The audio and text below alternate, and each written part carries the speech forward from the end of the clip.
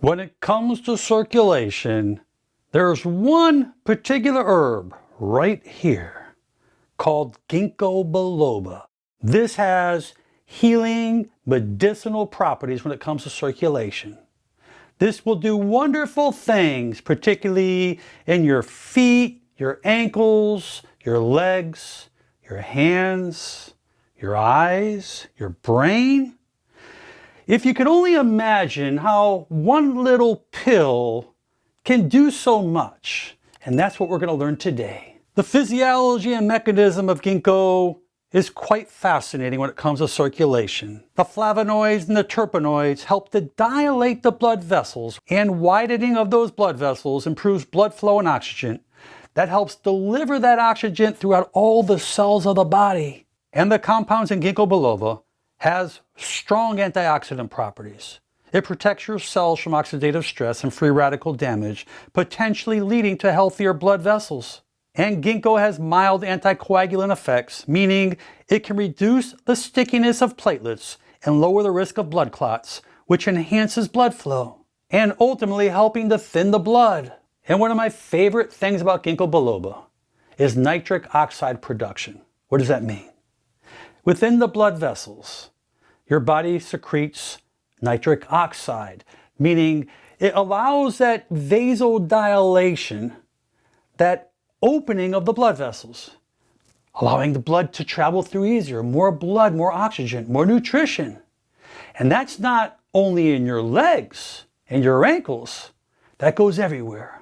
Everywhere there are blood vessels, they will start to vasodilate. This will help many conditions. And if you've been told you have peripheral arterial disease, intermittent claudication, you may have some plaquing within the blood vessels of your legs, or those blood vessels are constricting. But as a result of ginkgo biloba, there are studies, several of them, that show that this can help vasodilate those arteries to get more blood supply in those areas, to make your feet feel warmer, to give you that sensation back. But I also want to mention one thing about circulation. It's so important to pump your calves. When you're sitting down, bring your toes up and your foot down, just like this. Use your toes. The more you get movement into your ankle, the more you're going to contract the muscles in the legs. And when muscles contract, remember, this is the farthest thing away from your heart, because gravity is pulling all that fluid down.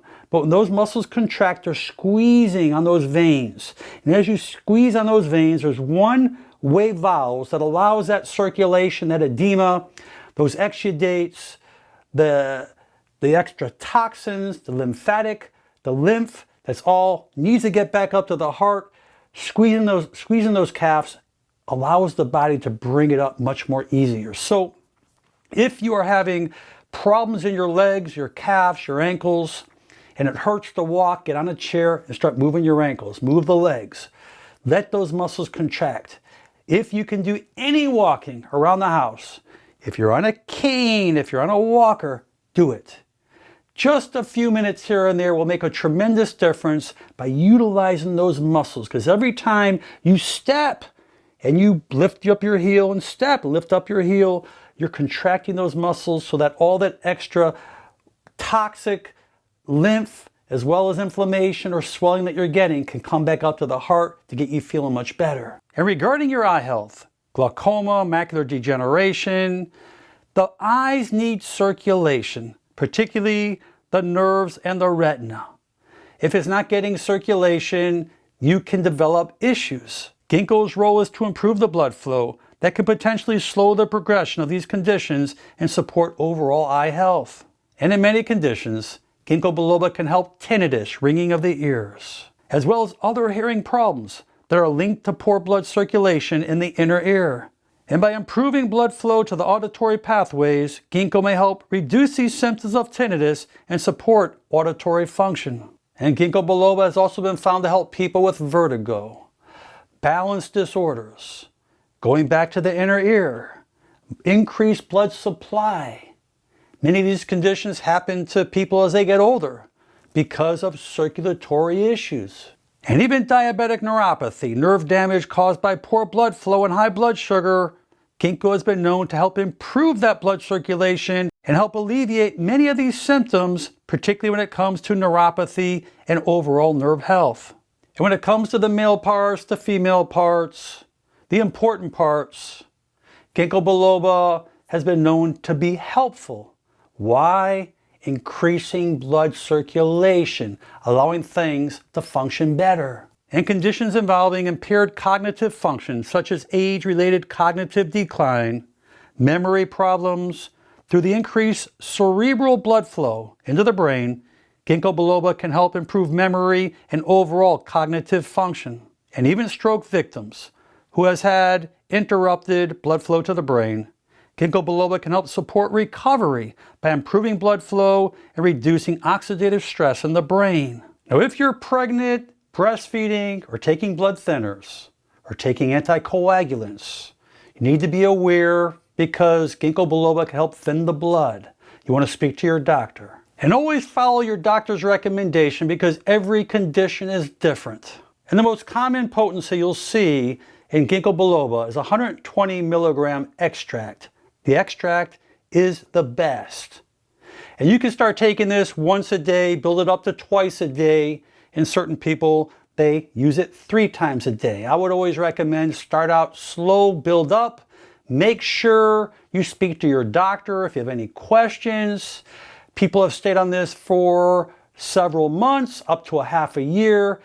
I feel whenever you take herbs, it's always good to take a break. How long? Depending upon how long you've been taking it. If it's a couple weeks, a month, really depending upon your condition. There's no one answer for every condition. So remember, it's all about blood circulation, blood supply. The more circulation you get, the more life you get, the more oxygen you get, the better you're going to feel, the more energy you're going to have, better you're going to think, better you're going to sleep, better you're going to perform no matter what you do in your life. It makes a tremendous difference. But don't think that you can just take a pill without eating healthy. It's not going to work. Drink your water, get your sleep, keep that cortisol stresses down, get a little exercise.